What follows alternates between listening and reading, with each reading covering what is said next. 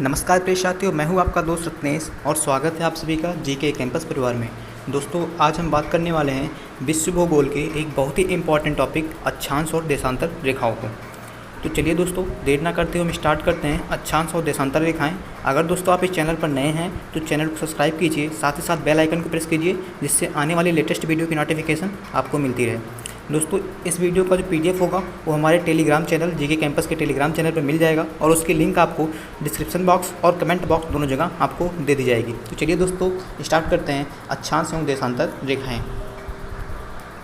दोस्तों, अगर हम बात करें अक्षांश और देशांतर रेखाओं की, तो अक्षांश और देशांतर रेखाओं के माध्यम से हम किसी जगह की एग्जैक्ट स्पेसिफिक लोकेशन को बता सकते हैं। अक्षांश और देशांतर रेखाएं काल्पनिक रेखाएं हैं जिससे पृथ्वी पर किसी जगह की स्थिति का पता लगाया जा सकता है। अगर दोस्तों हम बात करें अर्थ की, तो अर्थ का जो आकार है दोस्तों वो कई जगह कई लोग कहेंगे गोलाकार है, लेकिन अर्थ का जो आकार है दोस्तों वो है अंडाकार। अर्थ का जो आकार है दोस्तों वो है अंडाकार है। वो जो ध्रुव हैं उनके जो पोल्स हैं, अर्थ उन पर फ्लैट है यानी चपटी है। ध्रुवों पर अर्थ क्या है दोस्तों, चपटी है, इसीलिए इसके शेप को कहा जाता है जियोइड, अंडाकार। अर्थ पर जो लाइंस हैं, अर्थ पर जो लाइंस हैं उनकी अगर बात करें दोस्तों, तो अर्थ पर जो हॉरिजॉन्टल लाइंस है यानी कि जो लेटी हुई रेखाएं हैं उनको हम कहते हैं अक्षांश रेखाएं, और अर्थ पर जो वर्टिकल लाइंस है यानी कि जो खड़ी रेखाएं हैं उनको हम कहते हैं देशांतर रेखाएं। अब हम बात करते हैं दोस्तों अक्षांश रेखाओं की। तो अक्षांश रेखाएं पृथ्वी के मध्य भाग से सतह पर किसी बिंदु का कोणीय दूरी है। इसका मापीकरण डिग्री में किया जाता है। इसका मापीकरण दोस्तों डिग्री में किया जाता है। ध्रुवीय भागों पर पृथ्वी क्या है दोस्तों, चपटा है। हमने पहले ही बात किया कि पोल्स पर जो पृथ्वी है वो फ्लैट है, चपटी है।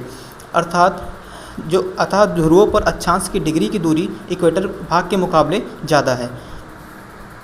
अब हम आगे बात करें दोस्तों, तो ये है हमारी लैटिट्यूड लाइंस जो अर्थ पर काल्पनिक रेखाएं हैं, और ये अर्थ पर हॉरिजॉन्टल यानी कि लेटी हुई खींची गई हैं। ये अर्थ पर लेटी हुई खींची गई हैं। अगर दोस्तों हम बात करें अर्थ की, तो अर्थ पर जो सबसे मिड में खींची गई रेखा है जो अर्थ को दो इक्वल भागों में बांटती है, उत्तरी गोलार्ध और दक्षिणी गोलार्ध में, इसको कहते हैं इक्वेटर लाइन, 0 डिग्री रेखा या विषुवत रेखा या भूमध्य रेखा भी इसको हम कहते हैं। विषुवत रेखा के समांतर ग्लोब पर पूर्व से पश्चिम की तरफ खींची गई काल्पनिक रेखाओं को हम अक्षांश रेखा कहते हैं। तो दोस्तों, विषुवत रेखा के समांतर ग्लोब पर पूर्व से पश्चिम की तरफ खींची गई जो काल्पनिक रेखाएं हैं, जो इमेजिनरी लाइंस हैं, उनको हम कहते हैं अक्षांश रेखा। किसी स्थान पर अक्षांश धरातल पर उस स्थान की उत्तर दक्षिण स्थिति को प्रदर्शित करता है। जैसे दोस्तों हम बात करें, जैसे मैं प्रेजेंट टाइम में अगर लखनऊ में हूँ और मैं बात करूँ जम्मू कश्मीर कहाँ है, तो जम्मू कश्मीर हमारे उत्तर में है। अब वो किस डिग्री पर स्थित है, कितने लैटिट्यूडनल और लॉन्गिट्यूडनल एक्सपेंशन पे वो वहाँ पे स्थित है, इनकी अगर हमें जानकारी, जो स्पेसिफिक लोकेशन उनका, जो एग्जैक्ट लोकेशन है उनको अगर जानना है तो हमें अक्षांश रेखाओं और देशांतर रेखाओं की अच्छी खासी समझ होनी चाहिए। तो किसी स्थान पर अक्षांश धरातल पर उस स्थान की उत्तर दक्षिण स्थिति को प्रदर्शित करता है। जैसे अगर हम लखनऊ में हैं और चेन्नई पूछे कहाँ पे दोस्तों कोई, तो हम कहेंगे चेन्नई हमारे साउथ में है, हमारे दक्षिण में है। उत्तर और दक्षिण ध्रुवों पर अक्षांश क्रमशः 90 डिग्री और दक्षिण ध्रुव पर 90 डिग्री होता है। उत्तर ध्रुव पर यानी कि जो अर्थ है उसके उत्तरी गोलार्ध में 90 ऐसे एक डिग्री अक्ष पर, एक डिग्री लाइंस पर ऐसे अक्षांश रेखाएं खींची गई हैं, काल्पनिक रेखाएं खींची गई हैं। वो उत्तरी अक्षांश पर उत्तरी गोलार्ध में 90 और 90 डिग्री दक्षिणी गोलार्ध में खींची गई हैं।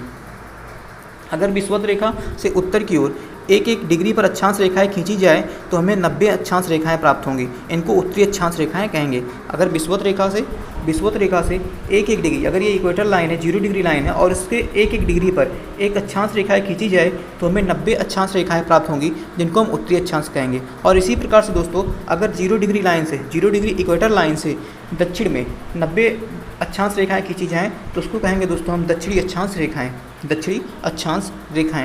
इस प्रकार कुल अक्षांश रेखाओं की संख्या 180 होती है। लेकिन अगर विषुवत रेखा या विषुवत वृत्त जो होता है दोस्तों, जिसे हम कहते हैं भूमध्य रेखा, भी एक अक्षांश रेखा ही है, तो इस प्रकार कुल 181 अक्षांश रेखाएं होती हैं। अब दोस्तों थोड़ा इसको डीपली पढ़ लेते हैं। कहीं 179 भी पढ़ा जाता है। अब क्यों पढ़ा जाता है इसको हम समझते हैं दोस्तों, क्योंकि यह एक क्या है दोस्तों, अंडाकार पार्ट है, ऐसे जियोइड शेप का है, और इसके पोल्स पर क्या है दोस्तों, ये चपटी है। पोल्स पर ये चपटी, इसके जो बिड से होकर जाती है लाइन, उसे कहते हैं 0 डिग्री लैटिट्यूड लाइन, विषुवत रेखा, भूमध्य रेखा या इक्वेटर लाइन भी इसे हम कहते हैं। अब अगर इसकी बात करें दोस्तों तो इसके एक एक डिग्री पर अगर एक एक रेखाएं खींची जाएं तो उसको कहेंगे हम अक्षांश रेखाएं। इसके उत्तर अगर उत्तरी गोलार्ध में खींची गई तो इसे कहेंगे उत्तरी अक्षांश रेखाएं, अगर दक्षिणी गोलार्ध में खींची गई तो उसको कहेंगे दोस्तों हम दक्षिणी अक्षांश रेखाएं। लेकिन अगर बात करें दोस्तों हम पोल्स की, तो पोल्स एक बिंदु आकार का है, जैसे ये 90 डिग्री नॉर्थ और ये 90 डिग्री साउथ। एक बार दोबारा समझते हैं दोस्तों, जैसे ये अर्थ है, इसके मिड से जाने वाली जो रेखा है उसको कहेंगे हम 0 डिग्री लैटिट्यूड लाइन्स। इसके जो पोल्स है दोस्तों एक पॉइंट है, पोल एक पॉइंट, जैसे 90 डिग्री नॉर्थ और 90 डिग्री साउथ एक पॉइंट है। तो पॉइंट तो कोई रेखा है नहीं दोस्तों, तो टोटल तो 180 हैं, टोटल 181 हैं। अगर इनमें से हम 2 निकाल दें, यानी कि 90 डिग्री नॉर्थ और 90 डिग्री साउथ को निकाल दें तो 179 भी टोटल रेखाएं मानी जाएंगी। लेकिन जो एक एग्जैक्ट रेखाएं अगर कही जाएँ कितनी हैं अर्थ पर अक्षांश रेखाएं, तो 181 टोटल अक्षांश रेखाएं हैं अर्थ पर। सभी अक्षांश रेखाएं एक दूसरे के समांतर होती हैं तथा इनको अंश में प्रदर्शित करते हैं, इनको डिग्रीज में हम प्रदर्शित करते हैं। दो अक्षांश रेखाओं के बीच में दोस्तों दूरी होती है 111 किलोमीटर। अगर दो अक्षांश रेखाएं हैं तो इनके बीच में दूरी कितनी होती है दोस्तों, तो 111 किलोमीटर दो अक्षांश रेखाओं के बीच की दूरी होती है। और ये फैक्ट कई बार एग्जाम में पूछा जा चुका है। विषुवत रेखा डिग्री अक्षांश रेखा को प्रदर्शित करता है, विषुवत रेखा 0 डिग्री अक्षांश रेखा को प्रदर्शित करता है। हमने कई बार इस वीडियो में बात की। तो जो विषुवत रेखा है दोस्तों, जो इक्वेटर लाइन है, वो 0 डिग्री अक्षांश रेखा को प्रदर्शित करता है, जो अर्थ को 2 इक्वल पार्ट में उत्तरी गोलार्ध और दक्षिणी गोलार्ध में बांटता है। विषुवत रेखा के उत्तर के सभी उत्तरी अक्षांश तथा दक्षिणी के सभी दक्षिणी अक्षांश कहलाते हैं। जो उत्तर में होंगे सभी उसे उत्तरी अक्षांश कहेंगे हम दोस्तों, और जो दक्षिणी में होंगे विषुवत रेखा के उसे हम कहेंगे दक्षिणी अक्षांश। पृथ्वी पर खींचे गए अक्षांश वृत्तों में विषुवत रेखा सबसे बड़ा है। पृथ्वी पर खींचे गए अक्षांश वृत्तों में विषुवत रेखा सबसे बड़ा अक्षांश है, जिसकी लंबाई है दोस्तों 40,069 किलोमीटर। जो विषुवत रेखा है उसकी लंबाई दोस्तों है 40,069 किलोमीटर। यहाँ एक फिगर के माध्यम से समझते हैं दोस्तों। ये दोस्तों एक अर्थ है जिसकी शेप है जियोइड, जो अंडाकार है। ये अंडाकार क्यों है, क्योंकि इसके जो पोल्स हैं वो फ्लैट हैं, चिपटे हैं। अब दोस्तों हम बात करें तो जो अर्थ है उसके बीच से होकर जाने वाली जो रेखा है दोस्तों उसे कहते हैं विषुवत रेखा, भूमध्य रेखा, इक्वेटर लाइन, 0 डिग्री लाइन भी इसे हम कहते हैं। और इसके 23.5 नॉर्थ से होकर जाने वाली 23.5 डिग्री उत्तरी अक्षांश से होकर जाने वाली रेखा को कहते हैं दोस्तों हम कर्क रेखा, ट्रॉपिक ऑफ कैंसर या कर्क रेखा उसे हम कहते हैं। और 66.5 नॉर्थ यानी कि 66.5 डिग्री उत्तरी अक्षांश से होकर जाने वाली रेखा को हम कहते हैं आर्कटिक गोला, आर्कटिक रेखा या आर्कटिक वृत्त हम कहते हैं दोस्तों इसको। इसी तरीके से दोस्तों इसके दक्षिण से 23.5 डिग्री 23.5 साउथ से होकर जाने वाली अक्षांश रेखा को हम Tropic of Cancer, Tropic of Capricorn, मकर रेखा कहते हैं। 23.5 साउथ 23.5 डिग्री दक्षिणी अक्षांश से होकर जाने वाली रेखा को हम कहते हैं ट्रॉपिक ऑफ कैप्रिकॉर्न यानी कि मकर रेखा। इसी तरीके से दोस्तों 66.5 डिग्री दक्षिणी अक्षांश 66.5 डिग्री दक्षिणी अक्षांश से होकर जाने वाली जो आर्कटिक रेखा है, जो आर्कटिक वृत्त है, उसे हम कहते हैं आर्कटिक वृत्त, जो है 66.5 डिग्री साउथ। अब हम आगे चलते हैं दोस्तों। कर्क रेखा जो कर्क वृत्त है या रेखा है, कर्क रेखा अक्षांश धरातल पर उत्तरी गोलार्ध में विषुवत रेखा से 23.5 डिग्री कोणीय दूरी पर खींचा गया। जो विषुवत रेखा दोस्तों जो 0 डिग्री इक्वेटर लाइन है उससे 23.5 डिग्री कोणीय दूरी पर खींचा गया है कर्क रेखा। एग्जाम में पूछा जा सकता है दोस्तों कि कर्क रेखा कितनी विषुवत रेखा से कितनी कोणीय दूरी पर खींचा गया है, तो 23.5 डिग्री नॉर्थ 23.5 डिग्री नॉर्थ खींचा गया है कर्क रेखा विषुवत रेखा से, यानी कि 0 डिग्री इक्वेटर लाइन से। इसी तरीके से दोस्तों जो मकर वृत्त है यानी कि जो मकर रेखा है, ट्रॉपिक ऑफ कैप्रिकॉर्न, धरातल पर दक्षिणी गोलार्ध में विषुवत रेखा से 23.5 डिग्री कोणीय दूरी पर खींचा गया है एक काल्पनिक रेखा या वृत्त है। जो मकर रेखा है यानी कि जो ट्रॉपिक ऑफ कैप्रिकॉर्न है वो विषुवत रेखा से यानी 0 डिग्री इक्वेटर लाइन से वो दक्षिणी में खींचा गया 23.5 डिग्री दक्षिणी अक्षांश में खींचा गया है। आर्कटिक वृत्त या रेखा धरातल पर उत्तरी गोलार्ध में विषुवत रेखा से 66.5 डिग्री कोणीय दूरी पर खींचा गया काल्पनिक वृत्त या रेखा है। आर्कटिक रेखा या वृत्त धरातल पर उत्तरी गोलार्ध में यानी कि जो नॉर्थ उत्तरी गोलार्ध है उसमें 66.5 डिग्री कोणीय दूरी पर खींचा गया है काल्पनिक वृत्त या रेखा, जिसे हम कहते हैं आर्कटिक वृत्त या फिर रेखा। अंटार्कटिक वृत्त, इसी तरीके से दोस्तों अंटार्कटिक वृत्त उत्तरी जो दक्षिणी गोलार्ध में विषुवत रेखा से 66.5 डिग्री कोणीय दूरी पर खींचा गया है और इसको कहते हैं दोस्तों हम अंटार्कटिक वृत्त या रेखा। एक बार फिर से हम समझते हैं दोस्तों मैप के माध्यम से। तो दोस्तों अगर ये अर्थ है तो अर्थ के मिड से होकर जाने वाली जो रेखा है जो अर्थ को 2 बराबर भागों में बांटती है, इसको कहते हैं दोस्तों हम 0 डिग्री लाइन या इक्वेटर रेखा, भूमध्य रेखा और विषुवत रेखा भी इसी को हम कहते हैं। इससे 23.5 डिग्री उत्तर से होकर जाने वाली जो रेखा है दोस्तों उसे कहते हैं ट्रॉपिक ऑफ कैंसर।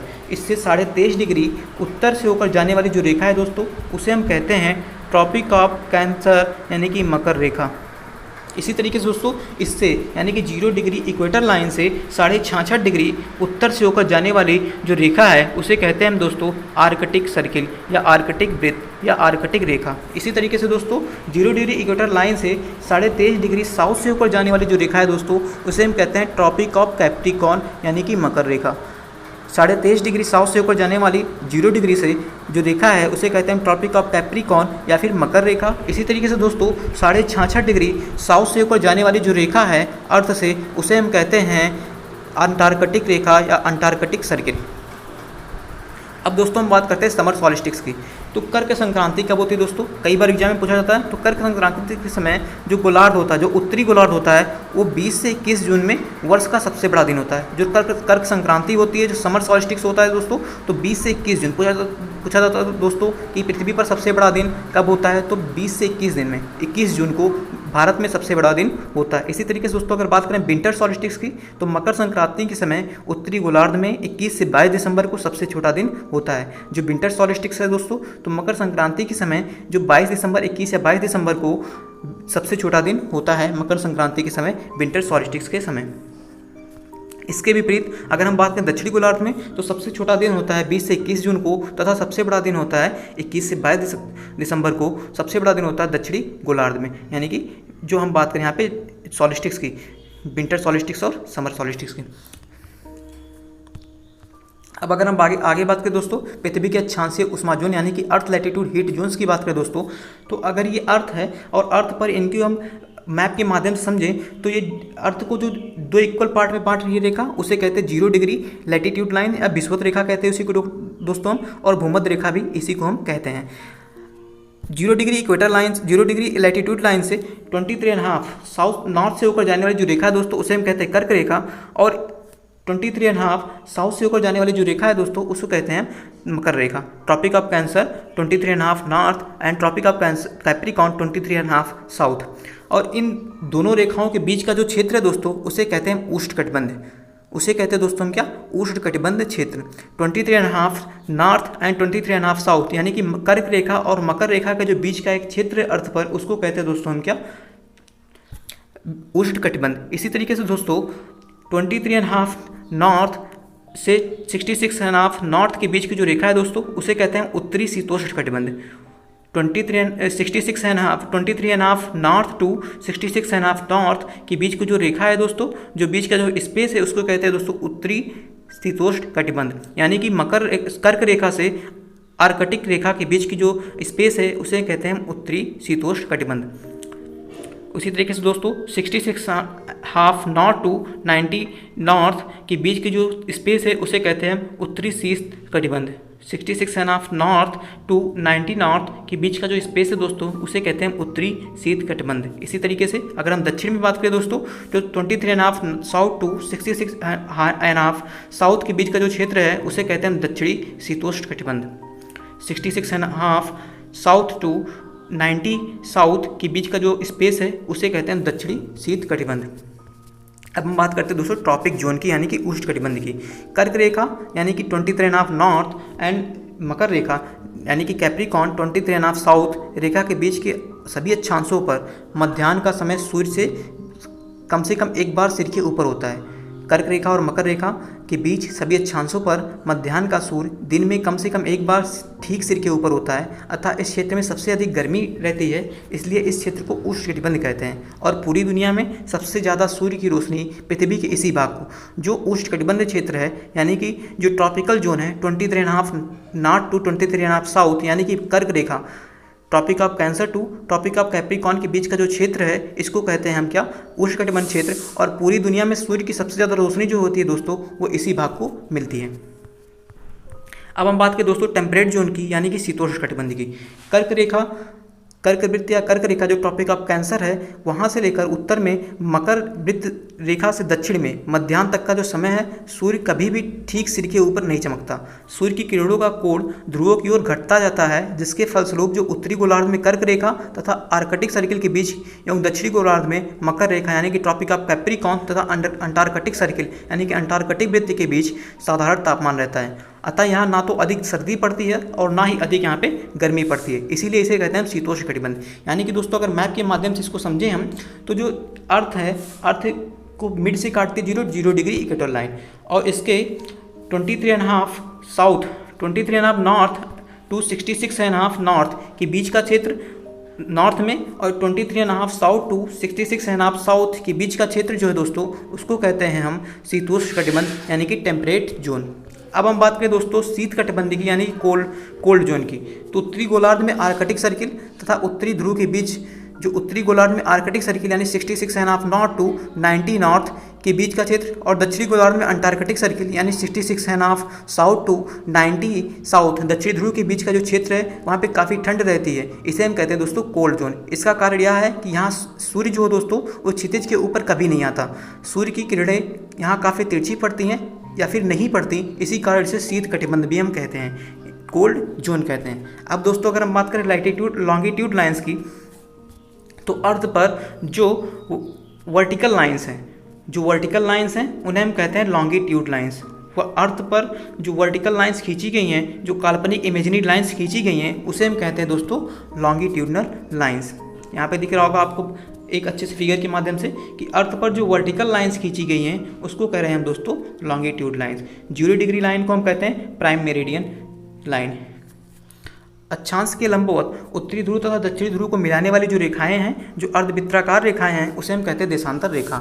जो अक्षांश हैं उनके लंबवत उत्तरी ध्रुव यानी कि north pole and south pole को जो मिलाने वाली रेखा है, उसे हम कहते हैं देशांतर रेखा। देशांतर रेखाएं भी काल्पनिक रेखाएं हैं जो उत्तर से दक्षिण की तरफ खींची गई हैं अर्थ पर।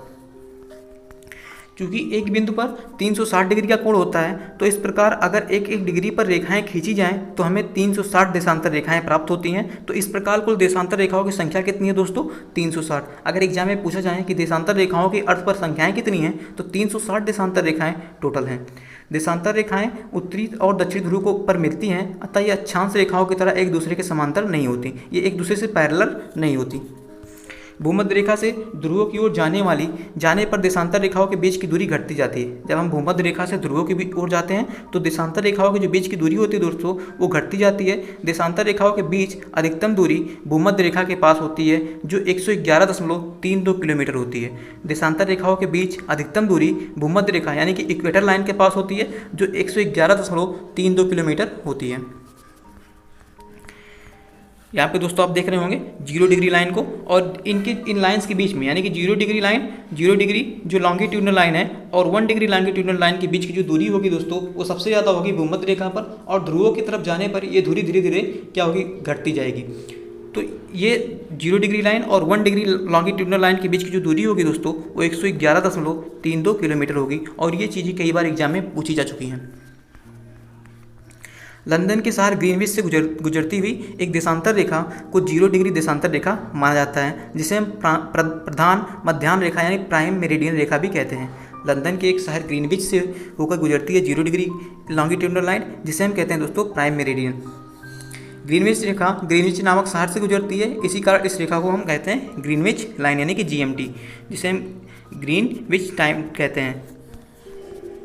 दुनिया का मानक समय ग्रीनविच रेखा से ही ज्ञात किया जाता है। जो दुनिया का मानक समय है दोस्तों, वो ग्रीनविच रेखा से ही ज्ञात किया जाता है। ग्रीनविच रेखा पृथ्वी को लंबवत 2 भागों में बांटती है, पूर्वी भाग और पश्चिमी भाग। जो ग्रीनविच रेखा है, जो 0 डिग्री लॉन्गिट्यूडनल लाइन है, वो पृथ्वी को 2 भाग, पूर्वी भाग और पश्चिमी भाग में बांटती है।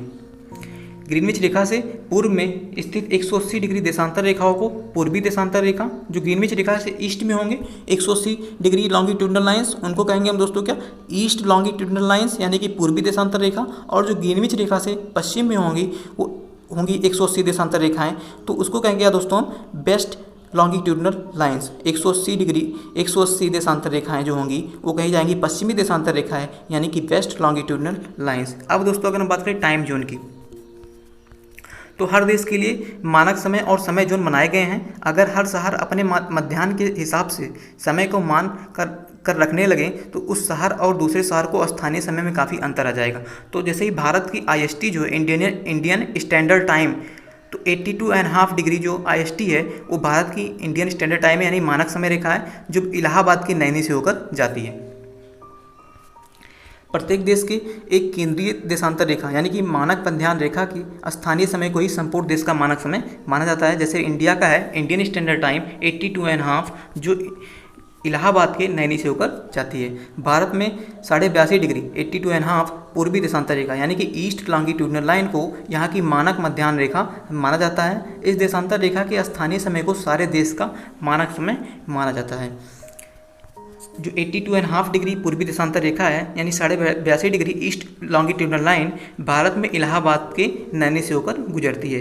कुछ बड़े देश जिनका क्षेत्रफल काफ़ी बड़ा है, जिनका देशांतरी विस्तार अधिक है, जैसे कि USA हुए, कनाडा हुआ, रूस हुआ, चीन हुआ, भारत में भी यहाँ तक मांग हुई है कि 2 स्टैंडर्ड टाइम जोन होनी चाहिए, लेकिन अभी तक भारत में सिर्फ एक स्टैंडर्ड टाइम जोन है जो 82.5 डिग्री लाइन है और वो इलाहाबाद के नैनी से होकर जाती है। लेकिन जो बड़े क्षेत्र हैं जैसे USA हुए, कनाडा, रूस, चीन आदि, यहाँ एक मानक समय जोन होना मुश्किल है, इसलिए वहाँ सुविधाओं के लिए एक से अधिक मानक समय जोन मान लिए गए हैं। जैसे दोस्तों रूस में 11 मानक समय हैं, रूस में 11 मानक समय हैं। USA और कनाडा के में 5 समय जोन हैं। USA और कनाडा में टाइम जोन जो है दोस्तों वो टोटल 5 टाइम जोन है। इसी तरीके से अटलांटिक, पूर्वी, मध्य, पहाड़ी और पैसिफिक समय जोन, ये यहाँ के 5 समय जोन हैं। अटलांटिक, पूर्वी, मध्य, पहाड़ी एवं पैसिफिक टाइम जोन्स कहाँ के? USA एवं कनाडा के। अटलांटिक एवं पैसिफिक समय जोन के बीच का अंतर 5 घंटा है। अगर बात करें दोस्तों भारत का मानक समय ग्रीनविच टाइम से 5.5 घंटे 5 घंटे 30 मिनट आगे है। भारत का जो मानक समय है जो IST है वो GMT से 5.5 घंटे आगे है। आगे दोस्तों हम बात करें तो किसी भी देश या स्थान के मौसम के लिए अक्षांश और वहाँ के स्थानीय समय के लिए देशांतर रेखाएं जिम्मेदार होती हैं। किसी भी देश की जो मौसम होगा, उस देश का मानसून कैसा हो, उस देश का मौसम कैसा हो, वहाँ के लिए अक्षांश रेखाएं और वहाँ के स्थानीय समय के लिए देशांतर रेखाएं जिम्मेदार होती हैं। देशांतर रेखाओं का सबसे महत्वपूर्ण काम यह है कि ये GMT यानी कि जो ग्रीनविच मीन टाइम के आधार पर किसी भी क्षेत्र का समय निकालने के लिए काम करती हैं। GMT को वर्ल्ड टाइम भी कहा जाता है। तो ये था दोस्तों आज का बहुत इंपॉर्टेंट सेशन, अक्षांश और देशांतर रेखाएं, लैटिट्यूड एंड लॉन्गिट्यूड लाइन्स। ये वीडियो आपको कैसा लगा कमेंट बॉक्स में कमेंट कीजिए, साथ ही साथ अपने दोस्तों के साथ शेयर करना ना भूलें। अगर आप इस चैनल पर नए हैं तो चैनल को सब्सक्राइब कीजिए, साथ ही साथ बेल आइकन को प्रेस कीजिए जिससे आने वाली लेटेस्ट वीडियो की नोटिफिकेशन आपको मिलती रहे। इस वीडियो का से रिलेटेड जितने भी PDFs हैं वो आपको हमारे टेलीग्राम चैनल GK कैंपस में आसानी से मिल जाएंगे, फ्री ऑफ कॉस्ट मिल जाएंगे। तो आप चैनल पे बने रहिए। जय हिंद, जय भारत, वंदे मातरम।